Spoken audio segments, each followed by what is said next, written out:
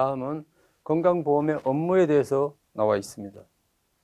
공단이 하는 업무입니다. 제가 하나하나 설명은 안 드리겠습니다. 공단 업무하고 우리 건강보험법에 건강보험 심사평가원이라고 있습니다.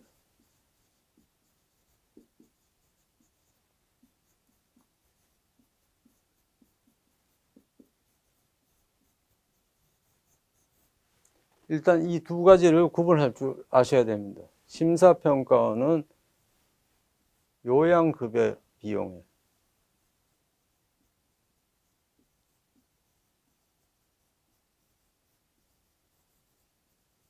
요양급여 비용의 심사, 그 다음에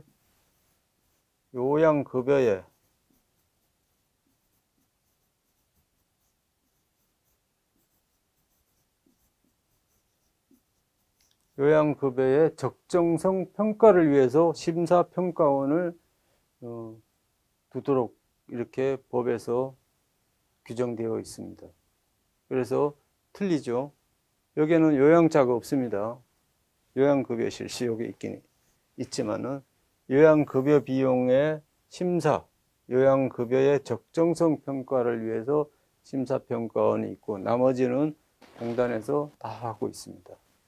자격관리, 부가징수, 의료시설의 운영.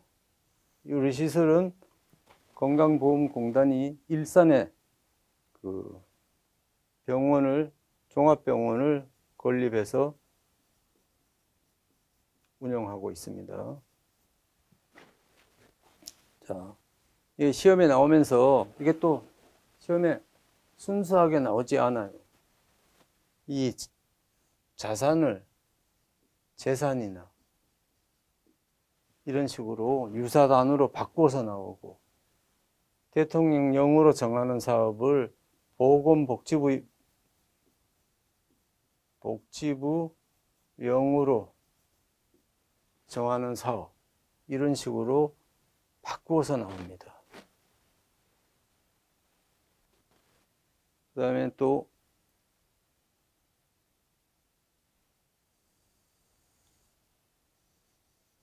이 단어를 빼고 나오죠. 이 밖에 건강보험과 관련하여 장관이 필요하다고 인정하는 업무 이런 식으로 빼고 나오면은 또 틀린 얘기가 되죠. 그 다음에 그 밖에 이 법 또는 다른 법령에 따라 우리 법령 배웠죠. 지난 강의에서 법령을 법률로 고칩니다. 내용이 틀려지죠. 이런 식으로 유사단어로 바꿔서 시험들이 나오고 있습니다. 자, 문제 한번 보겠습니다. 2020년 9월 기출문제입니다. 공단이 관장하는 업무를 모두 고르시오. 보험급여의 관리, 자산의 관리 운영 및 정식사업. 재산으로 자꾸 고친다 그랬는데 이게 정 맞게 나왔죠.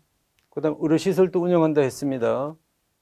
자, 보험급여도 관리하고 급여 비용의 지급도 하고 요양급여는 적정성 평가는 심사평가원에서 한다 그랬습니다. 심사평가원. 보험급여의 수령. 이것도 처음 보는 다른데 수령이 뭡니까? 받는다는 거죠.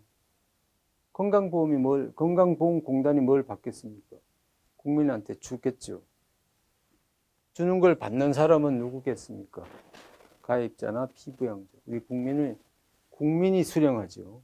그래서 이렇게 유사 단어, 틀린 단어 이런 거를 자꾸 이제 시험 문제를 만드는 사람들은 고민을 좀 해가지고 착시 현상을 일으키게 만드는 단어들을 자꾸 개발합니다.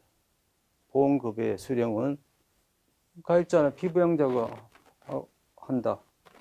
실제로 국민이 한다는 얘기죠.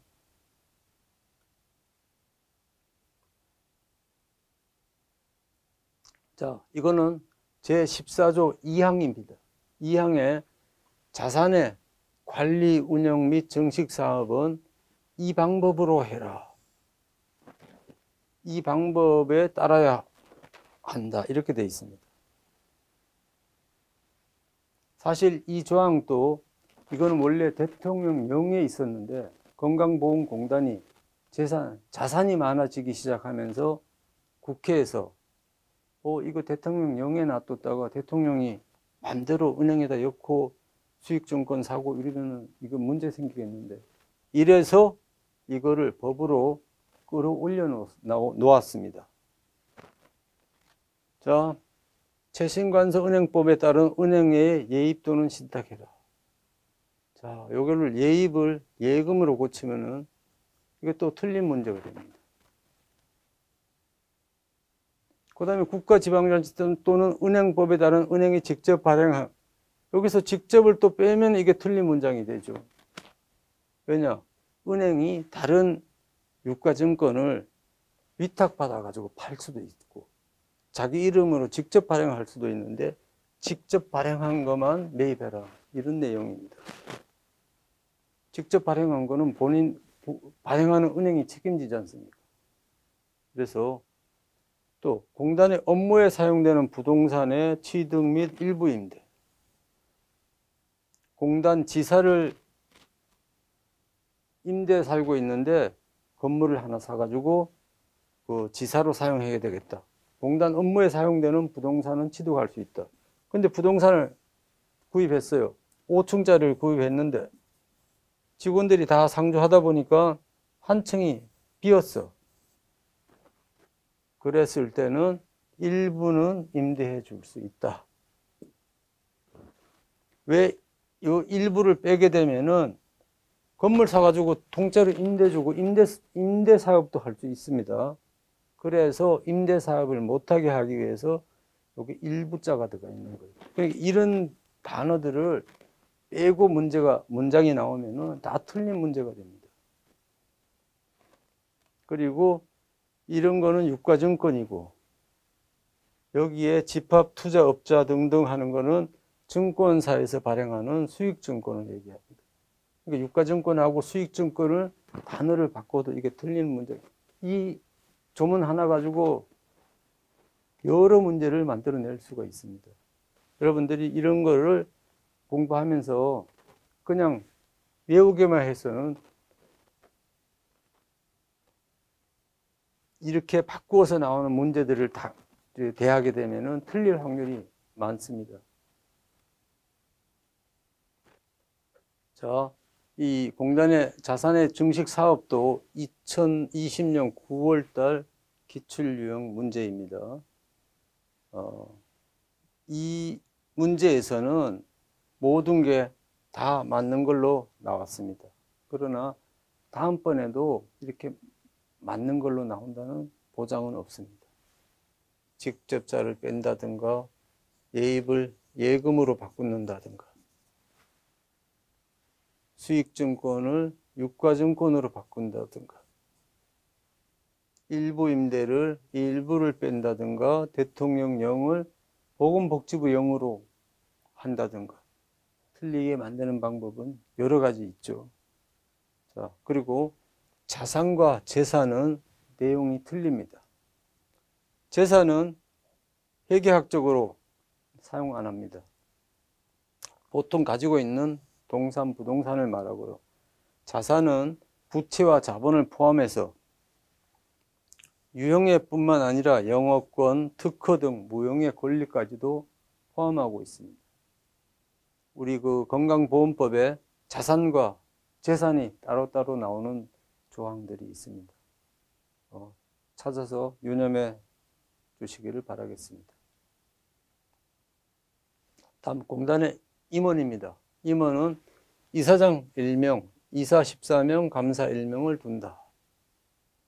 그 다음에 이사 1명, 이사 중 5명, 감사는 상임으로 한다. 자, 상임 임원이라는 단어는 없는데 여기서 상임 임원은 7명이죠. 자, 이사장은 복수로 추천한 사람 중에 장관의 제청으로 대통령이 임명하고 비상임 이사는 이런 사람이 된다. 그 다음에 대통령령으로 정하는 바에 따라 추천하는 관계 공무원 3명도 이상임 이사다. 감사는 기획재정부 장관의 제청으로 대통령이 임명합니다. 그리고 이사장의 임기는 3년, 이사와 감사는 2년이다. 자, 공무원 이사는 제외합니다. 여기서 우리 건강보험법에 나오는 임원, 위원회의 공무원 이사는 임기가 없습니다. 왜냐? 이분들은 그 직에 있을 때, 현직 그 직에 있을 때만 이 위원회 위원이나 이사로 참석할 뿐이지, 인사발령이 나와가지고 다른 부서로 옮겨가면은 그 시점부터 그 다시 온 분이 이어받습니다. 그렇기 때문에 공무원인 이사, 위원은 임기가 없다. 임기에서 제외합니다. 시험에 나옵니다. 나왔습니다.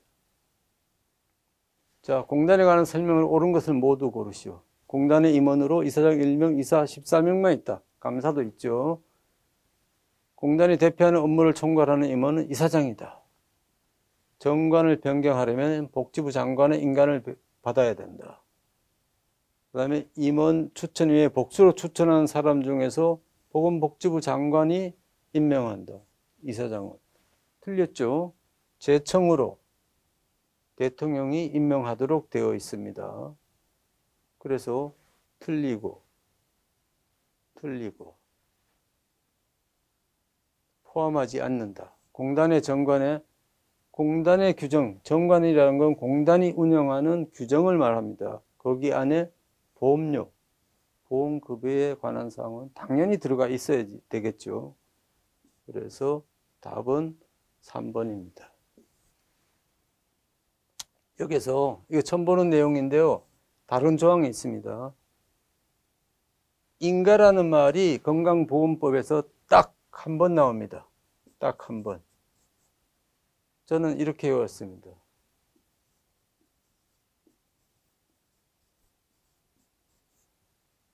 정관을 변경하려면 정변인, 장관의 인가를 받아야 된다. 정변인. 딱 인가는 여기서 정관 변경해서 장관한테 받을 때만 있습니다. 인가는 요건이 갖춰지면 무조건 수락해 줘야 되는 게 인가입니다. 그래서 뭐 절차를 변경하지, 절차를 어기지 않거나 그 다음에 규정을 어기지 않고 내용을 변경하면은 장관이 수락해 줘야 되는 게 인가입니다. 임원의 당연 퇴임 및 해임을 한번 알아보도록 하겠습니다. 자, 여기에 해당하는 임원은 당연 퇴임한다. 23조 보면은 뭐 내국인, 한국인이 아닌 사람, 한국인이 아닌 사람은 당연히 한국 그 공공기관 임원이 될 수 없죠. 뭐 이런 내용입니다. 그 다음에 그 뭐 중대한 벌을 받아서 금고 이상의 뭐 형을 받은 자, 이런 사람들은 당연 퇴임하도록 이렇게 되어 있습니다. 그리고 여기에 해당하는 임원은 임명권자가 해임할 수 있도록 했습니다. 뭐 정신장애, 이게 신체장애, 정신장애인데 제가 이걸 정신지체로 바꾸어서 문장이 나올 수도 있습니다. 틀리는 문장이죠. 그리고 이 민법에서는 고의나 과실이 있으면 손해배상을 청구할 수 있도록 했는데 건강보험법에 나오는 과실은 그냥 과실이 없어요. 전부 다 중대한 자를 달고 나옵니다. 중대한 과실만. 건강보험액 내에 있는 모든 이루어지는 일 중에서 중대한 과실만 뭐 책임을 묻습니다. 또 직무 여부와 관계없이 품을 손상 행위를 한 경우에는 임원을 해임할 수 있다. 자, 이것도 이 법에 따른 보건복지부 장관의 명령을 위반한 경우. 그런데 여기에서 이 조항을 빼고 나온다 하면은 이것도 틀리는 오답이 됩니다. 장관이 아무 명령이나 해도 들어야 됩니까? 그렇지는 않죠. 장관이 건강보험법에 있는 내용에 대해서 임원한테 명령을 했을 때 이걸 위반하면은 해임 사유가 되지만은 다른 건강보험법 외에 문제를 가지고 명령을 내렸을 때는 안 들어도 된다는 얘기입니다. 그리고 직무 여부와 관계없이 직무와 관계되어 품위를 손상한 행위만 처벌한다. 이것도 틀리는 말이 되죠. 여러 개 이 법률 문제라는 게 이렇게 단어를 바꾸거나 빼거나 유사 단어를 바꾸거나 이렇게 해서 계속 문제가 만들어지고 있습니다. 자, 임원을 해임할 수 있는 사유로 옳지 않은 것은 2020년 9월달 기출 유형입니다. 아까 얘기했죠. 건강보험에는 과실은 없다. 중대한 자를 달고 나온다. 중대한 과실로. 과실만 나와서 정답이 2번이 됩니다.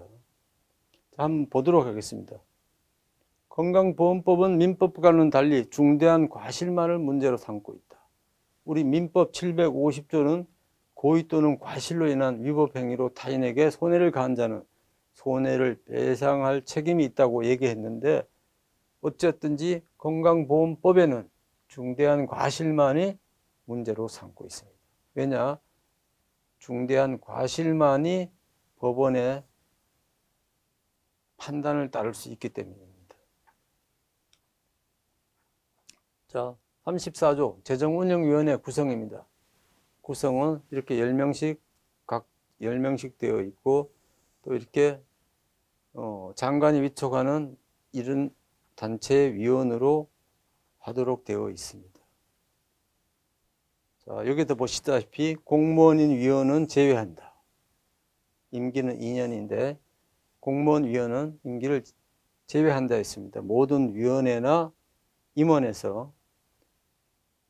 자, 재정원의 임기는 2년입니다. 우리가 제자를 이자로 볼 수도 있죠. 자, 재정운영위원회 운영은 대통령령으로 정한다. 재운통. 키워드로 외우는 방법도 있습니다. 자, 다음 중 틀린 것을 고르세요. 뭐 이렇게 문제가 나오는데 재정운영위원회 직장가입자를 대표하는 위원은 노동조합과 사용자 측에서 추천하는 각자를 빼고 5명으로 한다. 틀리죠? 이게 중요한 단어를 삭제하고 나오면은 틀린 문장이 됩니다. 자, 실제 2020년 9월달 기출문제를 보겠습니다. 재정운영위원회 구성에 대한 설명으로 틀린 것은 임기는 공무원위원을 제외하고 2년으로 한다 했죠. 바로 정답이 나왔습니다. 다음은 35조 36조를 한번 보겠습니다. 공단 회계연도는 정부의 회계연도를 따른다. 정부의 회계연도는 1월 1일부터 12월 31일까지입니다. 그 다음에 직장가입자와 지역가입자의 재정을 통합하여 운영한다. 직장가입자와 지역가입자는 재정을 통합하여 운영하고 건강보험사업, 징수위탁근거법에 따른 국민연금, 고용사업, 산재 등등의 사업에 관한 회계는 공단의 다른 회계와 구분하여 각각 회계 처리한다. 이 말은 건강보험공단에서 국민연금, 고용보험, 산업재해보험 이것들을 한목에 통합징수합니다. 통합징수해서 각자 징수한 돈을 보험료를 각 국민연금도는 국민연금에 넘겨주고 고용보험도는 고용보험, 산재보험은 산재보험공단에다가 넘겨줍니다. 그러기 위해서는 각자 회계 처리해야죠. 오늘 보험료를 걷었는데 건강보험료 10만 원 들어오고 국민연금 5만 원, 고용보험 3만 원 들어왔다 그러면 각자 징수는 같이 하더라도 각자 이렇게 회계 처리를 달리해서 쉽게 넘겨주기 쉽게 이렇게 해야죠. 그래서 이렇게 각각 회계 처리해야 한다. 이렇게 되어 있습니다. 자, 공단은 회계연도마다 예산안 편성하여 이사회 의결을 거친 후에 장관 승인을 받아야 된다. 예산을 변경할 때 또한 승인을 받아야 된다. 우리가 정관을 변경하면은 장관의 인가를 받아야 된다 했죠. 인가 딱 한 번 나온다 했습니다. 나머지는 승인이 받아야 된다. 승인을 받아야 된다. 자, 실제 기출중의 문제를 보겠습니다. 2020년 5월달 나온 문제입니다. 공단 회계연도는 정부 회계연도에 따른다. 직장가입자와 지역가입자의 재정을 통합하여 운영한다. 자, 회계연도 예산안을 편성하여 이사의 의결을 거친 후 장관의 승인을 받는다. 변경할 때도 승인을 받는다. 통합징수법에 의해서 국민연금 등등의 회계는 공단의 회계와 각각 구분하여 회계 처리한다 했죠. 통합 처리한다. 틀린 내용입니다. 자, 제41조 요양급여. 가입자와 피부양자의 질부출에 대해서 다음에 요양급여를 실시한다. 진찰검사 이렇게 요양급여라는 게 이렇게 되어 있습니다. 사실 41조 가지고는 문제가 이것만 외우면 되니까 쉽습니다. 그런데 제 42조와 섞어서 문제가 나오면은 상당히 어려운 문제가 됩니다. 다음은 요양기관에서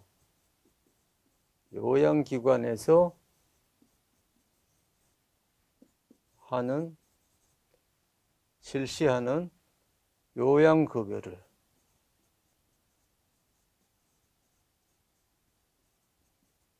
고르시오. 면서 이렇게 나온다 그러면은 이게 제외됩니다.